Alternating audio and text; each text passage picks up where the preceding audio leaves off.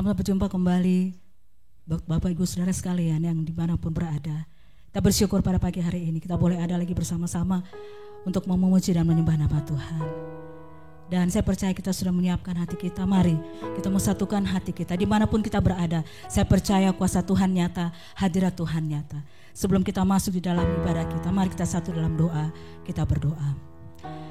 Bapa, kami datang kepadamu pada hari ini Tuhan. Kami menaikkan syukur dan terima kasih atas kebaikan Tuhan, anugerah Tuhan dalam hidup kami. Dan saatnya Bapa, kami akan masuk di dalam hadirat-Mu. Kami mau menikmati bait-Mu Bapa. Dan kami mau berikan yang terbaik lewat pujian penyembahan kami kepadamu. Terimalah Tuhan dalam setiap kami.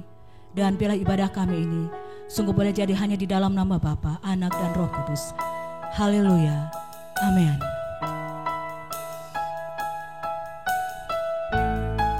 Biarlah hidup kami dapat menyenangkan hati-Mu Tuhan.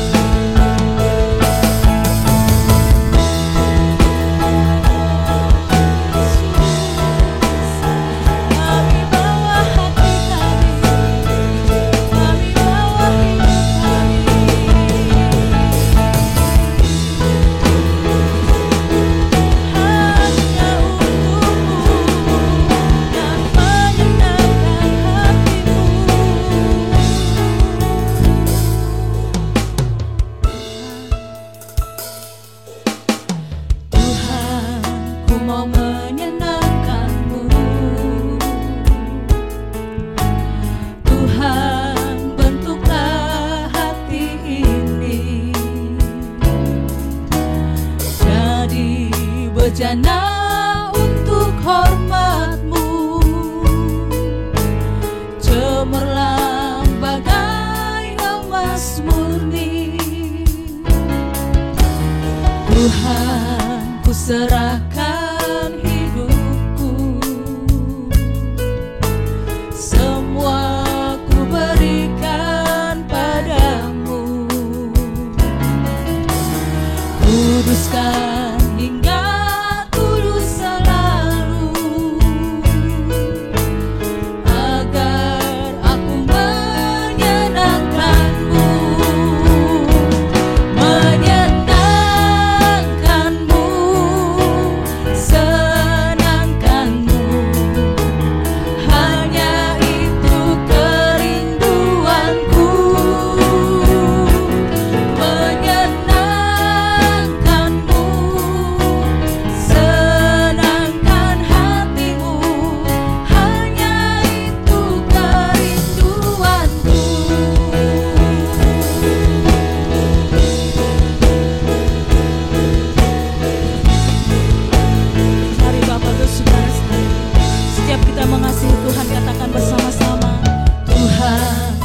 mau menyenangkan-Mu. Tuhan, bentuklah hati ini jadi bejana untuk hormat-Mu, cemerlang bagai emas murni. Tuhan, ku serahkan hidupku, Katakan semua ku berikan padamu. semua ku berikan padamu. Kuduskan hingga tulus selalu, agar aku menyenangkan-Mu, menyenangkan.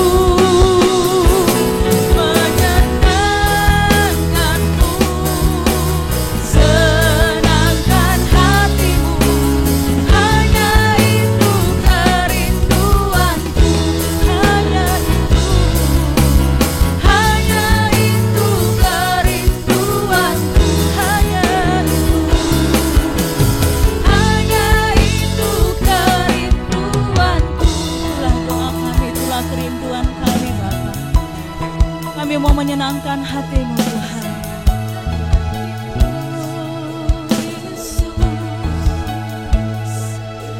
Kami sembah Engkau, kami tinggikan Engkau, kami bawa hidup kami kepadamu. Kami mau menyenangkan, kami mau senangkan hanya hati-Mu Tuhan. Haleluya, Yesus Tuhan, Allahku yang besar, penuh kasih karunia. Inilah setiap kami Tuhan, kami percaya tak satupun kami luput di hadapan-Mu. Kami percaya Tuhan Engkau ada di tengah-tengah kami. Engkau melihat setiap hati kami Bapa, yang rindu dan rindu hanya untuk menyenangkan hati-Mu. Terimalah Tuhan pujian dan syukur kami kepadamu, oh Yesus, hanya untuk menyenangkan hati-Mu Tuhan. Menyenangkan-Mu, senangkan-Mu, ya Yesus, hanya itu kerinduan. Terima kasih Bapa. Menyenangkan-Mu, senangkan hati-Mu, hanya itu kerinduan. Menyenangkan-Mu, menyenangkan-Mu, senangkan-Mu, hanya itu kerinduanku. Menyenangkan-Mu, senangkan hati-Mu, hanya itu kerinduanku. Hanya itu kerinduanku. Kami katakan dengan segenap hati kami, hanya itu kerinduanku. Itulah kerinduan kami Tuhan, untuk menyenangkan hati-Mu. Terima kasih Yesus. Tema firman Tuhan pada hari ini, ujian di masa sukar. Kita akan baca 2 Timotius pasal 3 ayat 1 dan ayat yang kedua bagian A. Baik, buka semua yang punya HP, yang punya iPad, yang punya Alkitab, silakan buka ayat ini. Saya akan bacakan ayat ini saudaraku. 2 Timotius pasal 3 ayat 1 dan 2, duanya bagian A saja. Firman Tuhan berbunyi demikian. Ketahuilah pada hari-hari terakhir akan datang masa yang sukar. Manusia akan mencintai dirinya sendiri dan menjadi hamba uang. Firman Tuhan dengan jelas berkata, ketahuilah pada hari-hari terakhir akan datang masa yang sukar. Di hari-hari terakhir terjadi masa-masa yang sukar. Dan hari ini firman Tuhan digenapi. Saking sukarnya hari-hari ini, manusia itu mencintai dirinya sendiri dan menjadi hamba uang. Ini terjadi hari-hari ini saudaraku, orang hari-hari ini stres.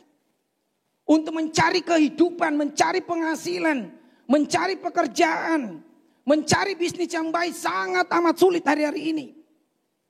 Apalagi kita hidup hari-hari ini di tengah COVID-19.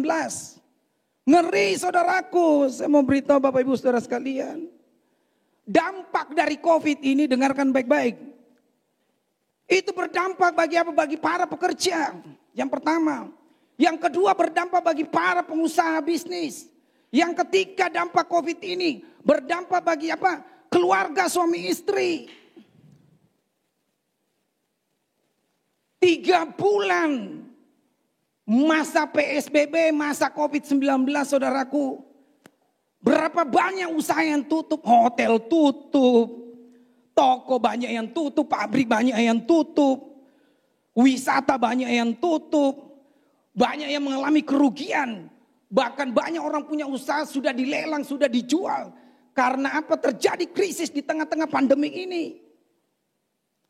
Saudara tahu angka PHK selama 3 bulan kita menghadapi tekanan COVID-19 yang luar biasa. 3 juta kurang lebih, dengarkan baik-baik. 3 juta kurang lebih orang dirumahkan dan orang di PHK. Bayangkan 3 juta kurang lebih. Apa orang tidak stres? Tiba-tiba kehilangan pekerjaan. Tiba-tiba disuruh masuk cuma 15 hari kerja. Disuruh masuk 10 hari kerja. Ada yang dirumahkan tidak bisa pergi kerja. Di rumah perusahaan tidak bisa menggaji Anda. Salah satu perusahaan besar di Bali saudara punya outlet 26 kalau tidak salah. Dia terdampak COVID-19 yang sangat luar biasa. Sampai dia bilang apa? Dia bersaksi. Dia tidak bisa menggaji pegawainya. Jangankan setengah. 10% tidak. Dia cuma apa? Kasih sembako. Sembako paling 100 ribu. Mana bisa hidup 100 ribu untuk satu keluarga. Banyak orang stres. Pertanyaannya hari ini, ketika kita stres, menghadapi tekanan dalam pekerjaan kita, apa solusinya? Pertanyaannya, saya kasih cuma 2 solusi saudaraku. Tidak banyak-banyak. Yang pertama solusinya apa? Belajar bersyukur. Yang kedua apa? Belajar berhemat. 2 ini solusinya. Belajar kita bersyukur, belajar kita berhemat dalam hidup kita. Kenapa kita harus belajar bersyukur? Karena Alkitab mengajari kita untuk setiap saat bersyukur di dalam keadaan apapun juga. Karena di tengah-tengah kita bersyukur, itu ada mujizat Tuhan. Yohanes pasal 6 ayat yang ke-11. Saya bacakan ayat ini, tidak usah buka supaya cepat. Yohanes 6 pasal ayat yang ke-11. Lalu Yesus mengambil roti itu, mengucap syukur, membagi-bagikan kepada mereka yang duduk di situ. Dan apa yang terjadi? Alkitab mengatakan apa? Saudara menuliskan selanjutnya. Orang-orang yang ada di sana 5.000 laki-laki.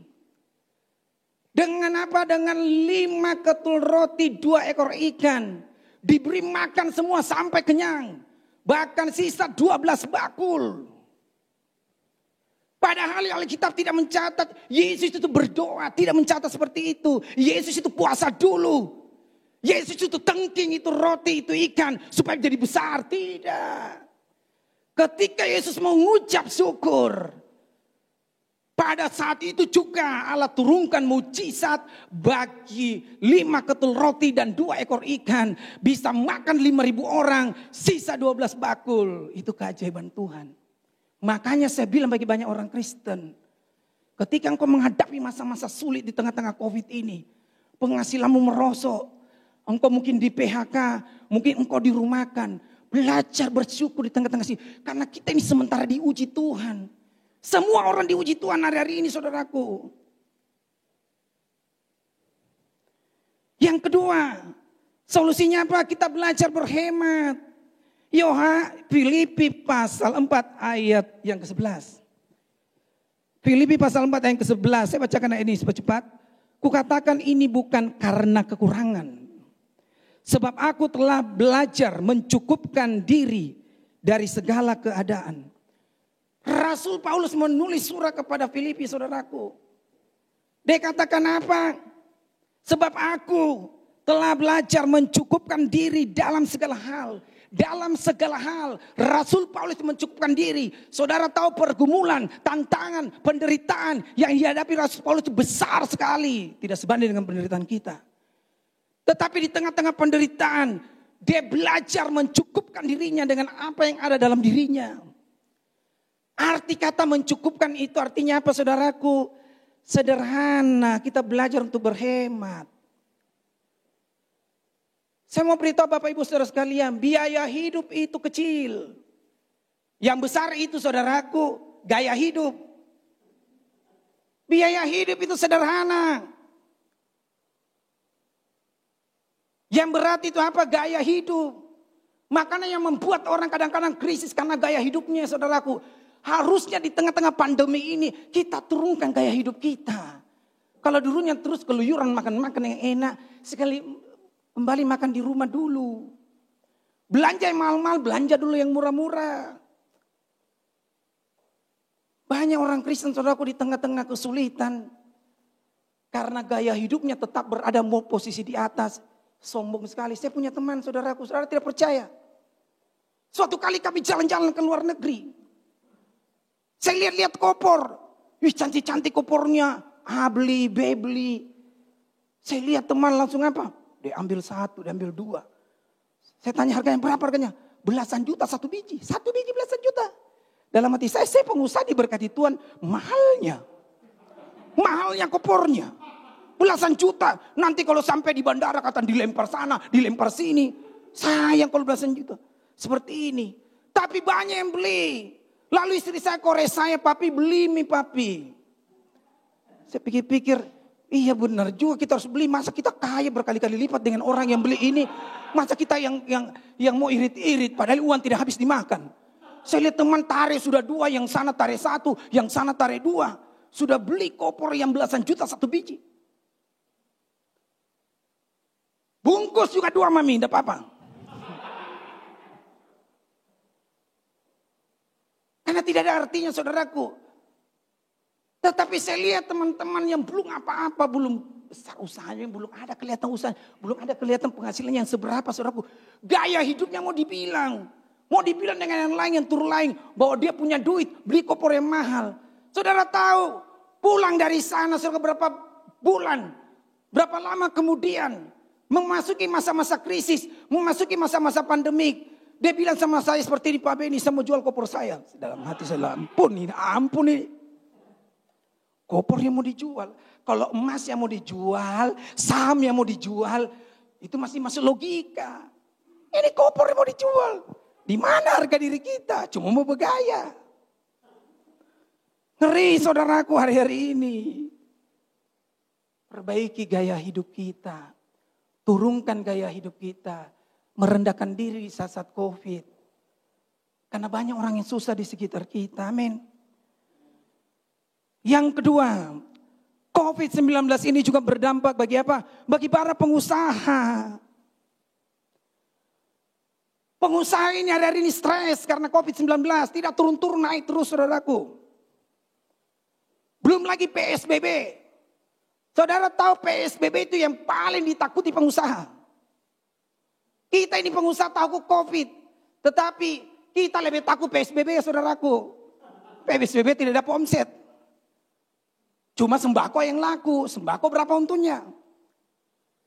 Ngeri hari-hari ini dengar kata PSBB kita sudah takut. Di Jakarta mulai lagi diterapkan PSBB. Stres pengusaha di sana. Stres pekerja di sana. Saudara tahu dampak dari PSBB yang ketat sampai yang semi ketat. Travel sampai hari ini tidak buka. Teman saya punya travel saudaraku. Saya di kursi tadi hitung 6 bulan tidak buka sampai hari ini. Karyawannya cukup banyak. Dulu omsetnya banyak saudaraku. Sibuk dia. Urus tur ke Israel, tur ke Bali, tur ke luar negeri, tur kemana, tur ke Jepang. Sibuk tiba-tiba stop, tidak ada penghasilan. Dan harus merumahkan pegawai, tidak tahu mau bayar berapa. Hotel hari-hari ini bagaimana? Ketika terjadi PSBB pandemik yang luar biasa. Teman saya 5 hotelnya. Kalau kami dipercaya Tuhan cuma 2. Dia 5 hotelnya saudaraku sampai di Jakarta sampai di Bali. Saudara tahu saya di WA apa? Pak Beni mau jual 55 saya punya hotel. Saya pikir kalau saya punya pohon duit di rumah saya beli 55 hotelnya. Saya tidak punya pohon duit di rumah. Di tengah-tengah pandemi ini tidak gampang juga cari duit. Kita harus atur-atur keuangan. 55 mau dijual. Karena COVID-19. Pariwisata hari-hari ini bagaimana saudaraku? Banyak bangkrut, apalagi yang utang. Wah, ngeri stres setiap hari. Tiap bangun tidur berpikir berapa bunga yang harus dibayar. Tiap baru bangun tidur berapa gaji yang harus dibayar. Stres. Kami saudaraku di tengah-tengah pandemik, hotel dengan pariwisata kami, saudara tahu, 0 penghasilan. 180 pegawainya, 100 lebih pegawainya, satu lagi hampir 100 pegawainya. Minimal kita harus bayar 50% saudaraku, gaji 15 hari kerja. Supaya tetap dapat penghasilan. Itu pun berat. Maintenance-nya pariwisata itu berat, itu air dijernihkan terus di waterboom. Di kolam dijernihkan, kalau tidak saudaraku jadi air kolam ikan. Taman-taman dikasih rapi tetap pegawai masuk kerja. Biaya terus jalan, tetapi pemasukan tidak ada. Saya mau bilang bagi Bapak Ibu Saudara, kalau kita tidak kenal Tuhan, bisa begini kita. Untung saya punya Tuhan. Kalau saya tidak punya Tuhan, bisa begini, saya stres saudaraku. Pengeluaran terus tidak ada pemasukan. Tapi kami belajar. Di tengah-tengah ujian, di tengah-tengah masa sulit, kami belajar untuk taat kepada Tuhan. Apalagi mall saudaraku, saudara dengar. Mall itu banyak penghasilannya, apalagi mall-mall di kota. Saudara tahu, saya bukan rahasia sendiri, sedikit saya sudah dapat bocoran. Saudara tahu mall-mall yang ramai di kota, saudara tahu berapa hasil parkirnya saja 1 bulan? Bisa mencapai 1,5 miliar. Parkir saja 1,5 miliar bisa 1 bulan. Mall-mall di kota, saudaraku. Kita ini tidak seberapa saudaraku, lumayan tapi masih jauh dibanding mereka. Penyewaan saudaraku, 1 bulan bisa miliaran. Bagi hasil 1 bulan bisa miliaran. Tiba-tiba PSBB ketat tidak bisa buka mall. Saudaraku gigi jari pengusaha mall. Jadi saya mau bilang bagi Bapak Ibu Saudara sekalian, kalau ada di sini karyawan kehilangan pekerjaan, gajinya merosot, saudara bisa sabar, pengusaha lebih berat pergumulannya dari kalian. Cuma kalau pengusaha nangis, tidak nangis di depan kalian, menangis di dalam kamar bersama Tuhan. Berat saudaraku, berat. Sampai saya ditawari 1 mall, Pak Beni beli, kita punya mall. Sudah tidak bisa lagi bayar. Angsurannya karena pakai duit bank. Jual murah 125 miliar. Dalam hati saya 125 miliar, kalau semua daun dibayar tidak apa-apa.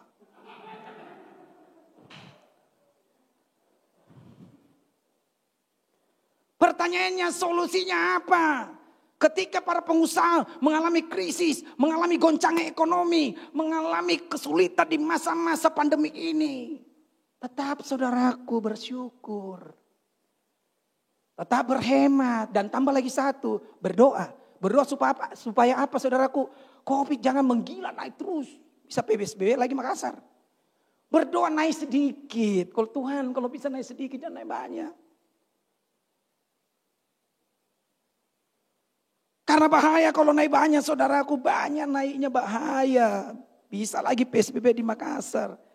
Ngeri kalau PSBB di Makassar. Tidak mudah. Kita minta kematian itu menurun saudaraku. Angka kematian merosot terus. Daya tahan tubuhnya orang-orang Indonesia terus naik untuk menghadapi COVID-19. Karena virus itu saudara, ada masanya mereka merosot terus daya bunuhnya. Makanya kita berdoa. Kita tidak bisa berdoa orang tidak terjangkit. Tidak bisa. Orang Indonesia, orang Makassar, kepala batu. Lihat saja banyak orang pakai masker saudaraku. Cuma tutup mulut, hidungnya tidak ditutup. Tidak usah pakai masker sekalian. Tidak ikut anjuran pemerintah. Saudaraku supaya banyak yang sembuh. Kalau banyak yang sembuh saudaraku tidak jadi PSBB. Begitu dengar kabar Senin lalu PSBB Jakarta, kita pengusaha sudah cerita-cerita, sudah stres di Makassar. Jangan-jangan nanti Makassar juga lanjut lagi PSBB. Padahal sudah mulai bagus. Stres pengusaha saudaraku di tengah-tengah masa COVID-19 ini. Di masa PSBB ini stres sekali. Bayangkan kami punya usaha. Kami punya usaha yang sehat. Saya mau beritahu Bapak Ibu Saudara sekalian. Sehat, kami tidak punya utang barang. Kami tidak punya utang bank. Kena juga dampaknya. 3 bulan pertama COVID-19. Saudara tahu apa kerugian kami? Setiap bulan rugi miliaran. Saya ini orang Kristen cinta Tuhan, saya harus berbicara jujur di mimbar. Tiap bulan rugi miliaran sampai kita berhitung setiap hari, bukan berhitung untung. Setiap minggu bukan berhitung untung, setiap bulan bukan berhitung untung. Berhitung rugi dan rugi. Orang rugi 10 juta, 100 juta masih mana, kita ini rugi miliaran. Tetapi sebagai pengusaha yang cinta Tuhan, cinta kota ini, cinta negeri ini saudaraku. Di tengah-tengah pandemik, banyak orang susah makan, banyak orang jadi miskin, tidak punya pekerjaan. Apa yang harus kita lakukan sebagai pengusaha, sebagai orang beriman, sebagai orang Kristen? Kita harus belajar untuk memberkati orang-orang yang susah, orang-orang miskin. Saya tahu kami sedang diuji bersama dengan istri dan muda saudaraku. Masuk surat ke mall, masuk informasi ke WA saya. Kondisi orang banyak sekarang ini membutuhkan sembako. Saya tanya istri sebagai pemegang kekuasaan tertinggi di uang. Iya, harus tanya istri. Kita tidak bisa langsung. Kita bisa dipecat nanti. Sayang, ada permintaan begini. Saudara tahu jawaban istri saya? Tidak apa-apa, papi. Biar kita rugi, papi, tidak apa-apa. Suruh bikin sembako untuk daerah Maros 1.000. Suruh bikin sembako daerah Makassar 2.000. Saya pikir-pikir 1.000 itu saudaraku bukan sedikit. Bicara ratusan juta. 2.000 itu bukan sedikit. 2.000 paket bicara ratusan juta. Tetapi kami belajar saudaraku di tengah-tengah pandemik, di tengah-tengah kerugian. Karena Tuhan juga ngomong kepada saya Roh Kudus, justru di sini kita ini diuji. Kita mau pegang harta itu tidak. Kita masih pegang duit itu tidak. Mau tidak melepaskan bagi orang susah. Mau tidak melepaskan bagi orang miskin. Saya tahu tidak mudah. Bertentangan soal rugi ini banyak rugi. Dan bukan cuma masyarakat yang dibantu oleh yayasan kami saudaraku. Tetapi pendeta-pendeta, jemaat-jemaat Tuhan dimanapun. Itu disalurkan terus tidak berhenti saudaraku. Wah sebentar di sini, sebentar di sana, sebentar permintaan. Oh terus. Tetapi saya mau bilang bagi Bapak Ibu Saudara sekalian. Tetapi kalau kita memberikan dengan tulus. Dengan kemurnian. Tuhan itu tidak pernah berutang saudaraku. Orang yang memberi pasti dia menerima. Selesai PSBB yang ketat. Kemudian selesai PSBB yang semi ketat saudaraku. Tiba-tiba diserbu semua. Hotel mulai rame.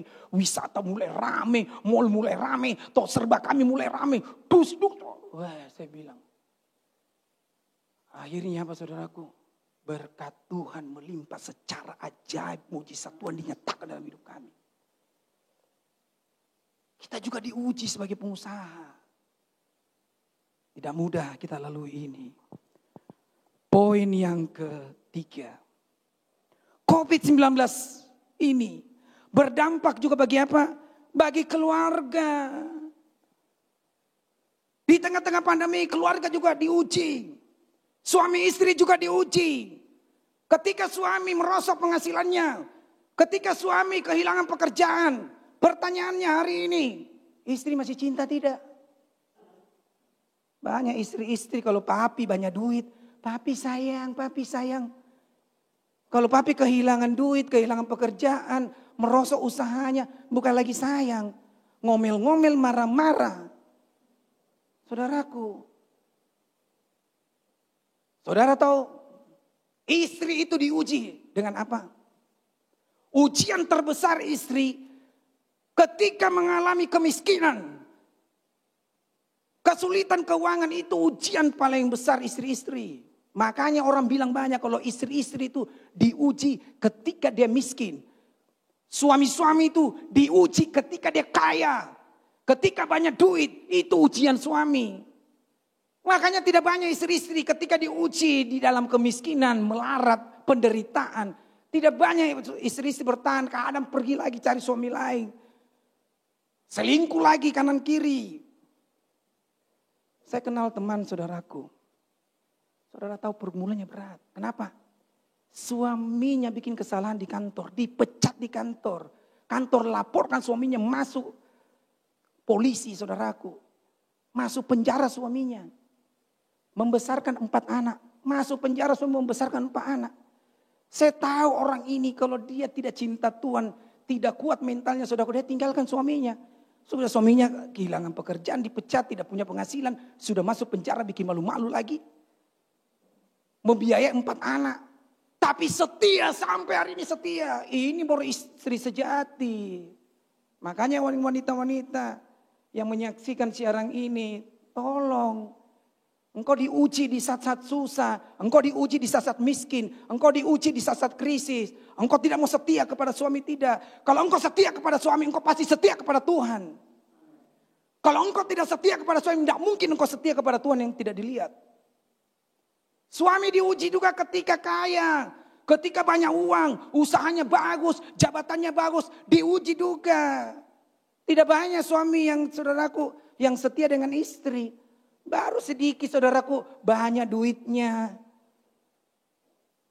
Bagus pekerjaannya, besar usahanya. Sudah mulai bertingkah. Sudah mulai bergaya. Mau minta istri lagi 2, mau minta istri 3. Enak aja minta istri 2, istri 3. Jangan sembarangan jadi orang Kristen. Harus setia saudaraku. Suatu kali saya ketemu dengan satu pengusaha. Saya pelayan di satu kota, saya lihat pengusaha saudaraku. Ganteng pengusahanya. Saya lihat istrinya minta maaf, jelek. Sudah jelek, besar perutnya, bukan karena hamil, karena ada tumor di perut Papri. Jemaat Tuhan, ada tumor di perutnya. Begini jalannya susah, begini sakit-sakitan. Baru mukanya suruh pelur, rawat sebelah. Saya bilang dalam hati saya, mana bisa kita laki-laki selera dengan istri begini. Tapi saya kagum dengan orang ini. Saya memberikan apresiasi bagi bapak ini saudaraku. Dia pengusaha. Tetapi tetap dia gandeng istrinya. Tetap dia sayang istrinya. Sampai hari ini tetap setia. Itu Kristen sejati. Itu pria yang hebat. Itu yang bapak yang bertanggung jawab. Susah dicari hari-hari ini. Minta maaf. Belum apa-apa nanti kalau pria-pria mau ambil suster. Suster bukan mau rawat anak, mau rawat dia. Bahaya.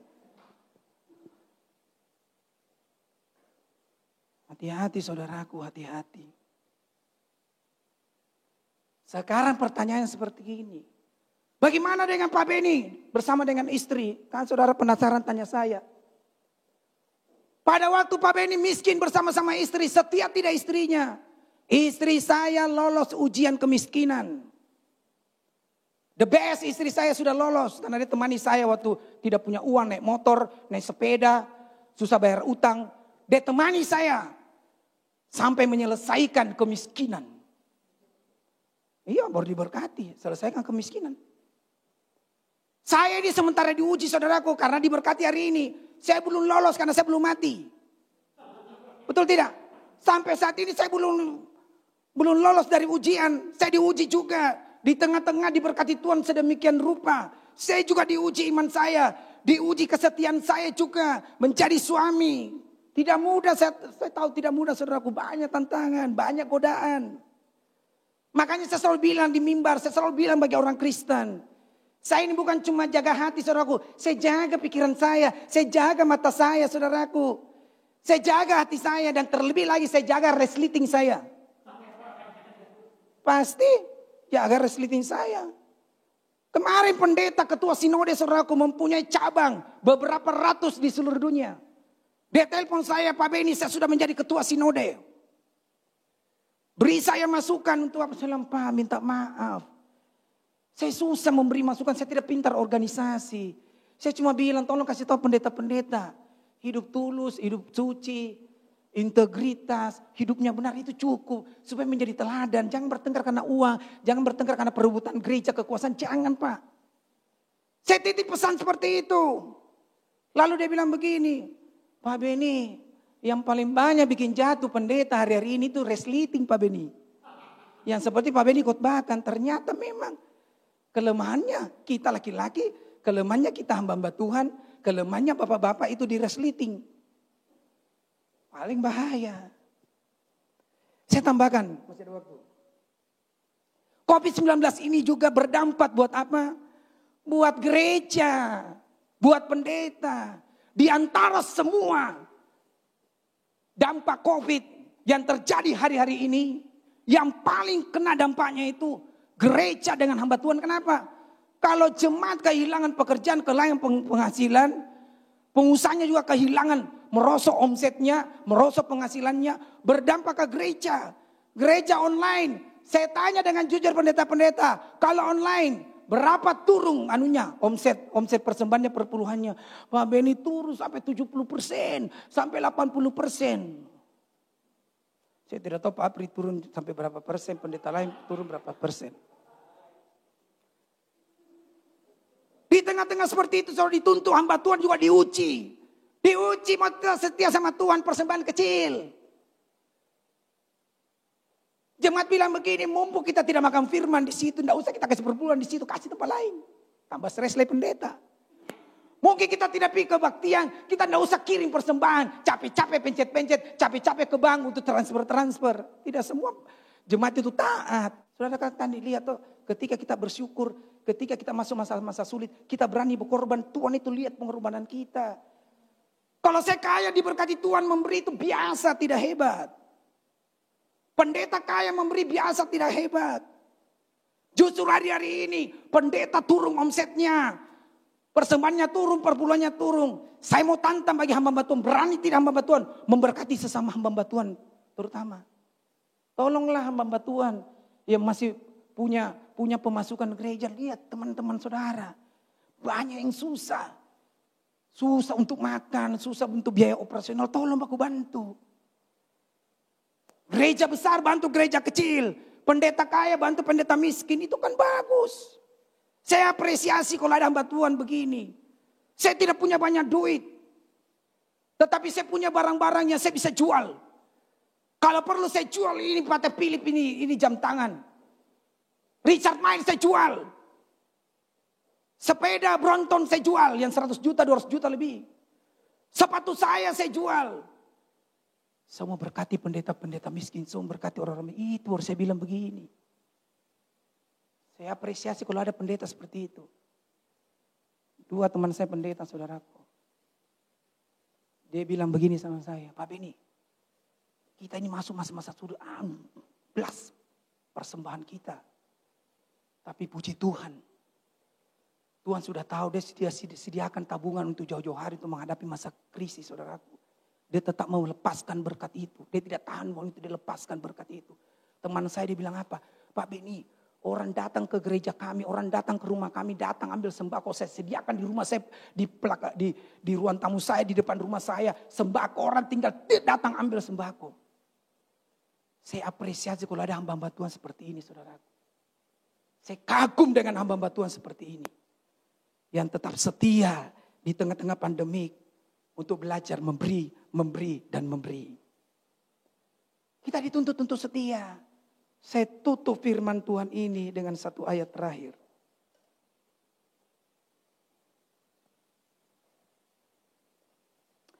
Saya minta keyboard saja bantu siapkan saya. Keyboard saya sendiri.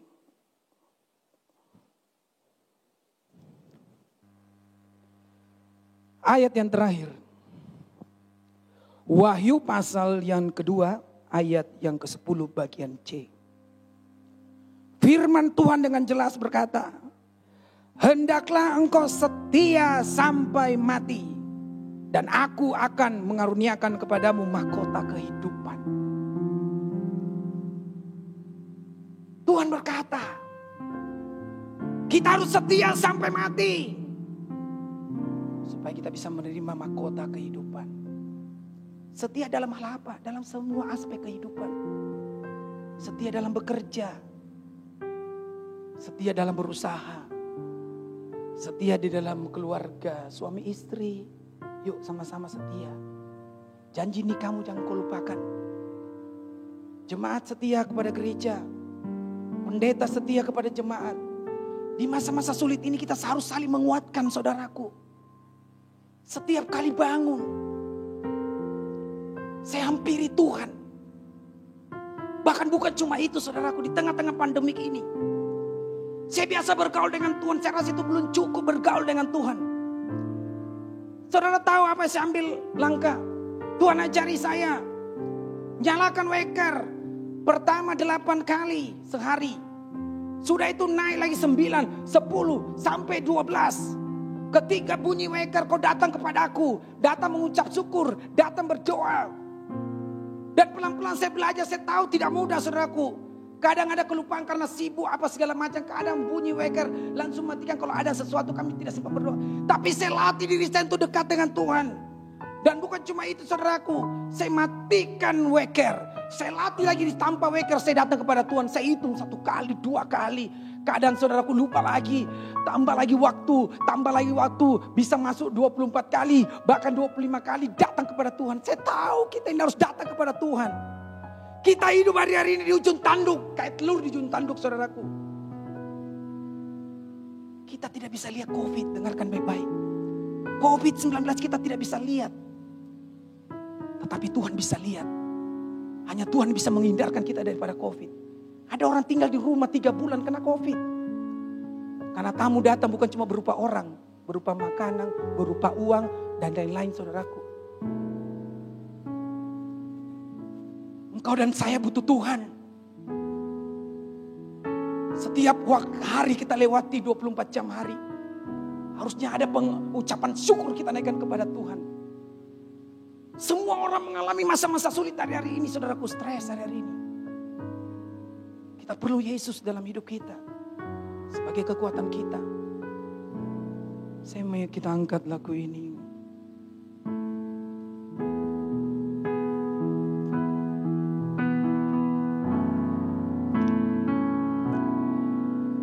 Tuhan tak pernah janji langit selalu biru.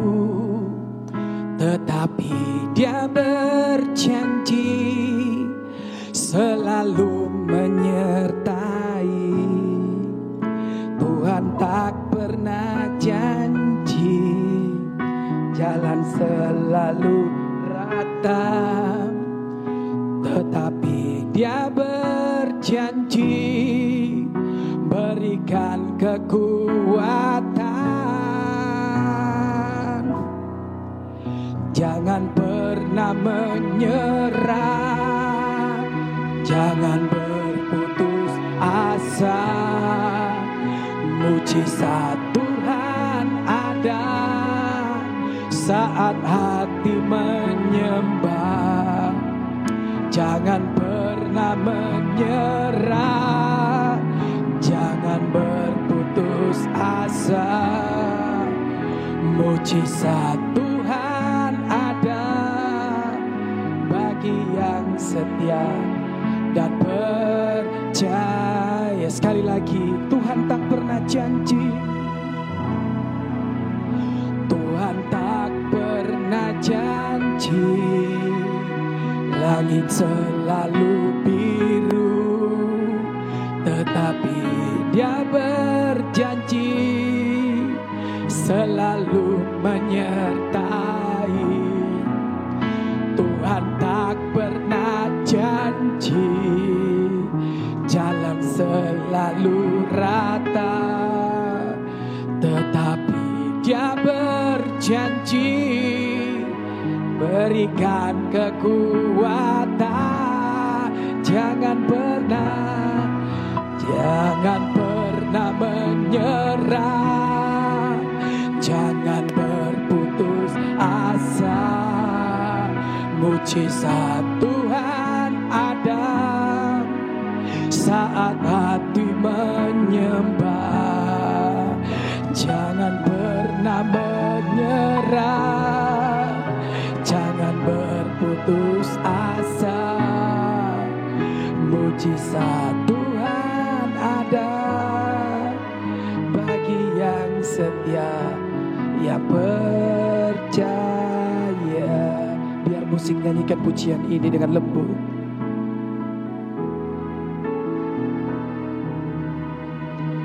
Bapak Ibu yang dikasihi Tuhan, dimanapun engkau berada saat ini, hari ini, pujian ini berkata, Tuhan tidak pernah berjanji langit ini selalu biru. Tuhan tidak pernah berjanji jalan selalu rata. Tetapi satu hal yang Tuhan janjikan dalam hidup kita, Dia menyertai saudara dan saya. Dimanapun engkau berada, hari-hari ini mungkin kau menghadapi masa-masa yang sukar. Tantanganmu banyak, pergumulanmu banyak di dalam pekerjaan, bahkan di dalam dunia bisnis. Mungkin rumah tanggamu hari-hari ini mengalami kegoncangan, gerejamu mengalami kegoncangan. Banyak hal-hal yang sulit yang kau hadapi. Tetapi satu hal yang saya mau beritahu Bapak Ibu Saudara, jangan pernah menyerah. Hadapi itu semua, karena engkau akan diberikan kekuatan kepada Tuhan pencipta langit dan bumi. Tuhan tidak pernah menutup mata akan semua persoalanmu, tantanganmu. Dimanapun engkau berada, kalau engkau merasakan hadirat Tuhan, engkau diberkati lewat khotbah ini. Taruh tanganmu dua-dua di dada. Sebagai hamba Tuhan, saya akan berdoa dari tempat ini. Saya percaya kuasa Tuhan tidak pernah dibatasi dari tempat. Kuasa Tuhan tidak dibatasi dengan jarak. Kuasa Tuhan tidak dibatasi dengan waktu. Tidak pernah bisa dibatasi dengan hal-hal apapun juga. Karena Dia berdaulat. Tuhan berada dimanapun. Tuhan hadir, Tuhan ada. Dia tahu pergumulanmu. Bapa, di dalam nama Yesus, hamba-Mu datang menghadap Engkau Tuhan hari ini. Jamah umat-Mu Tuhan. Engkau tahu tangisan umat-Mu. Engkau tahu pergumulan umat-Mu. Engkau tahu penderitaan umat-Mu.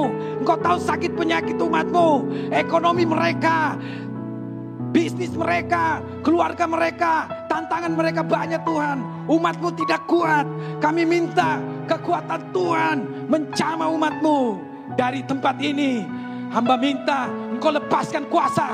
Dari tempat ini hamba minta Engkau lepaskan berkat, perlindungan, kekuatan dalam nama Yesus. Engkau terima kekuatan Tuhan dari tempat ini. Dalam nama Yesus terima. Dalam nama Yesus terima kuasa. Dalam nama Yesus terima mujizat. Dalam nama Yesus terima berkat. Terima kuasa Tuhan. Terima kasih Roh Kudus. Terima kasih Tuhan Yesus. Kami cinta Engkau. Kami mengasihi Engkau lebih dari apapun juga. Berkati firman-Mu. Urapi firman-Mu.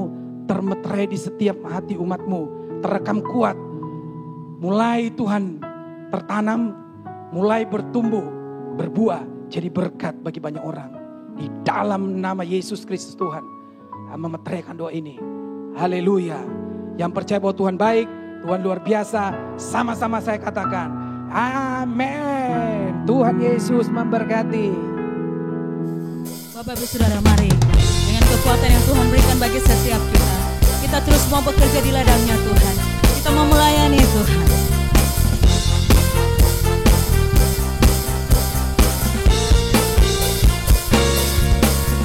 Jangan lelah bekerja di ladangnya Tuhan. Roh Kudus yang beri kekuatan, yang mengajar dan menopang. Tiada lelah bekerja bersamamu Tuhan, yang selalu mencukupkan akan segalanya. Sama-sama katakan.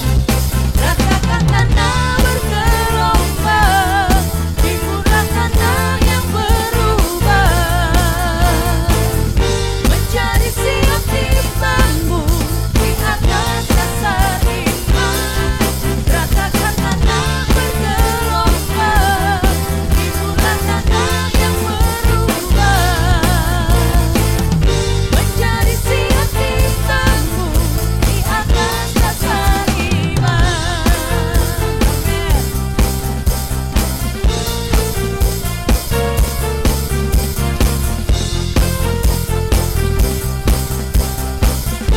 Mari lebih lagi kita katakan bersama-sama. Jangan lelah bekerja di ladangnya Tuhan. Roh Kudus yang beri kekuatan, yang mengajar dan menopang. Jangan lelah bekerja bersamamu Tuhan, yang selalu mencukupkan akan segalanya. Ratakan tanah bergelombang, timbukan tanah yang berubah, menjadi siap timbang di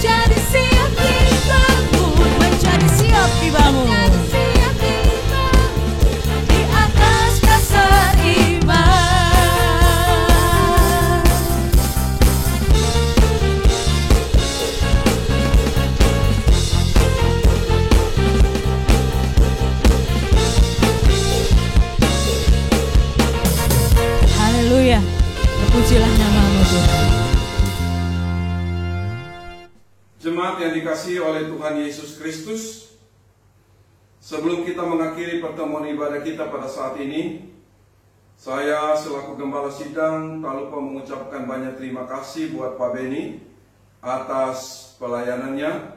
Tuhan Yesus memberkati. Kita akan mengakhiri pertemuan ibadah kita pada saat ini. Kita berdoa. Bapa di sorga, di dalam nama Tuhan Yesus Kristus yang adalah Tuhan dan Juru Selamat kami, saat ini kami datang kepadamu menaikkan pujian syukur dan terima kasih buat kasih dan anugerah-Mu, di mana kami boleh beribadah pada saat ini. Dan saat ini kami mau berdoa, menyerahkan hamba-Mu Pak Beni ke dalam tangan Tuhan yang telah berkenan melayani kami di dalam pelayanan di minggu ini. Tuhan Yesus memberkati hamba-Mu ini senantiasa dalam seluruh kehidupannya dari hari ke hari, dengan memberikan kepadanya kekuatan kesehatan. Diberkatilah hamba-Mu ini juga dalam keluarga, dalam pekerjaan, dalam rumah tangganya. Terima kasih Tuhan Yesus yang baik, terpujilah nama-Mu. Kesempatan ini kami juga mau berdoa, mengucap syukur untuk setiap persembahan yang telah kami berikan. Tuhan Yesus sucikan, kuduskan, urapi dan berkati. Dan biarlah semua persembahan itu dapat dipakai, digunakan di tengah-tengah pelayanan yang Tuhan percayakan bagi kami, khususnya di dalam memberikan bantuan kepada setiap mereka yang mengalami kesulitan ekonomi sehubungan dari dampak COVID-19. Terima kasih Tuhan Yesus, terpujilah nama-Mu. Bapak Ibu Saudara, kita bangkit berdiri. Arahkanlah hatimu kepada Tuhan dan terimalah berkat-Nya. Tuhan memberkati engkau dan melindungi engkau. Tuhan menyinari engkau dengan wajah-Nya dan memberi engkau kasih karunia.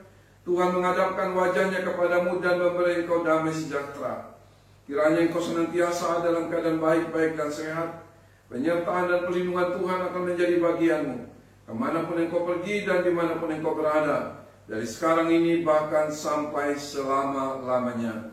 Semua kita yang percaya sama-sama katakan amin. Selamat hari Minggu. Tuhan Yesus memberkati. Shalom. Walau ibadah masih di rumah aja, kegiatan sepekan tetap rutin dilakukan. Mesbah doa, Senin jam 6 pagi. Ibadah tengah minggu, Kamis jam 7 malam. Teens Ecclesia, Rabu jam 7 malam. Doa syafaat Sabtu jam 4 sore. Youth Ecclesia, Sabtu jam 7 malam. Seluruh kegiatan ini dilakukan melalui Zoom Meeting aplikasi. Untuk registrasi, Bapak Ibu Saudara dapat menghubungi nomor WhatsApp yang tertera. Tuhan Yesus memberkati.